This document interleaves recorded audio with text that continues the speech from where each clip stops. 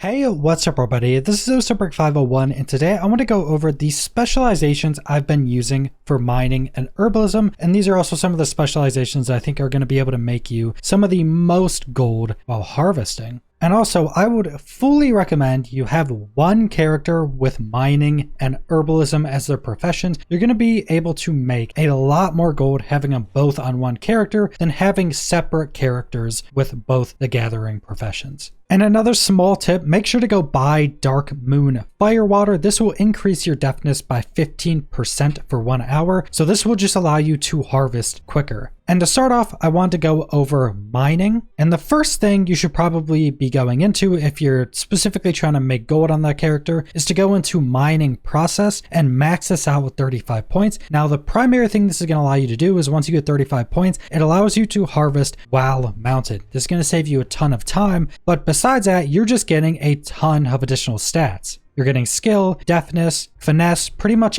every stat for harvesting you're getting, and then you're unlocking the 3 other sub-specializations. You just unlock them, you don't have to put any points into them, and all 3 of these are also going to give you some additional stats just by unlocking those sub-specializations. And this is also going to be pretty much the same thing for herbalism, but we'll go over that when we get to it. So that's the first thing you're going to want to go into. Mounting while harvesting is very good, and you get a ton of additional stats. The second thing you want to go into is mastering the elements. Now, essentially what this first unlocks is the ability to overload nodes, and this is also going to be very similar for herbalism. But you get an ability that's on a 12-hour cooldown that allows you to overload an elemental node. Depending on what node you overload is going to give you something different. So if you overload, say, a hardened mining node, this will spawn out 3 or 4 different little rocks that you harvest that gives you more resources, and it'll be giving you a ton of rousing elements. This is actually where you're going to get a lot of rousing elements for every different element is going into this using your overload. Now with overload for both mining and herbalism, every time you harvest something, it reduces the cooldown by around 30 minutes, and there are other ways you can reduce that even more. Say for mining, if you go harvest a primal node, that will give you a 2-minute buff that will reduce the cooldown even more for gathering past that. So there's multiple ways to reduce the cooldown, but anytime you have overload, it's going to give you a lot of materials and a lot of gold. And generally, I would say just to max this out, this gives you the unlock. You'll gain additional rousing essences when mining those elemental deposits, so just more rousing elements. And then whenever you overload, you'll just gain random rousing essence. Now, this doesn't seem to always work because it sounds like it would just give it to you right away, but it doesn't seem to do that. So I'm assuming it puts it on the node, or whatever that node does specifically, it'll give more through that. I'm not exactly sure. This requires more testing, but then you're just going to get a ton of additional stats through this as well. And getting that up to 50 is going to allow you to unlock and get all of the other sub-specializations, which will just give you some small perks to reduce the negative effect of harvesting those elemental nodes. But the primary thing after you have 50 in mastering the elements and you have your 35 in mining process is to start going into Titan Touch. Now, the reason this is so good is because Titan nodes are what give you rousing order, which is what you turn into awakened order, and awakened orders on my server are currently selling for 3,200 gold, which is ridiculous.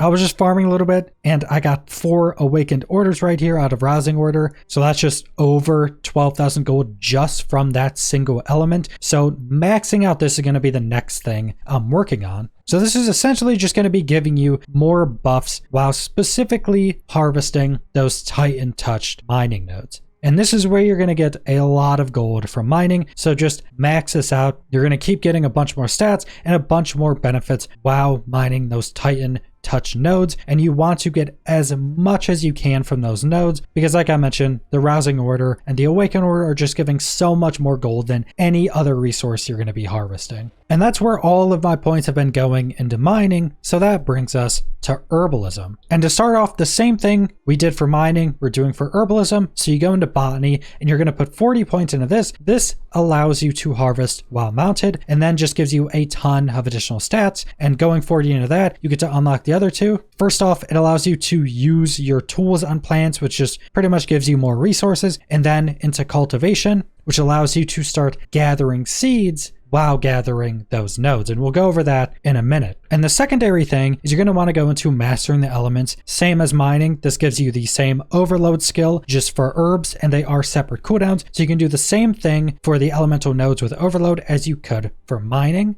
And this will just give you more stats and then allow you to get more elemental rousings from those nodes. And then you also unlock all of the other nodes. Now I've only put 1 point into Titan Touch for herbs, and that is because we can go into cultivation, which I think is where you should be going into. Now, like I mentioned, you get the ability to gather seeds while harvesting. When you first unlock this, it's just these basic rouse seedlings. And these are kind of the base versions of seeds. And essentially what all of the different seeds are is if you're around anywhere that's directly tied to the Dragonflight, you can find rich soil, which you use the seed on, and it spawns a plant. Now that's for the base version. And also, if you need to know what some of these are, one of the farm areas I like to go to is Azure Archives. Rich soil can spawn around here because it's directly tied to one of the Dragonflights. But going more into cultivation, you start getting more seeds. So you're just getting more stats on the small ones. Once you get up to this point, you are now able to get propagating seeds when gathering herbs. Now this is going to be much more rare, but this is one of the main things you want to get into, because propagating seeds, I don't have any on me, but that's what these are right here. These are currently selling for 1,500 gold on my server. And the reason propagating seeds are so good is because they can spawn, I think it's 3 to 6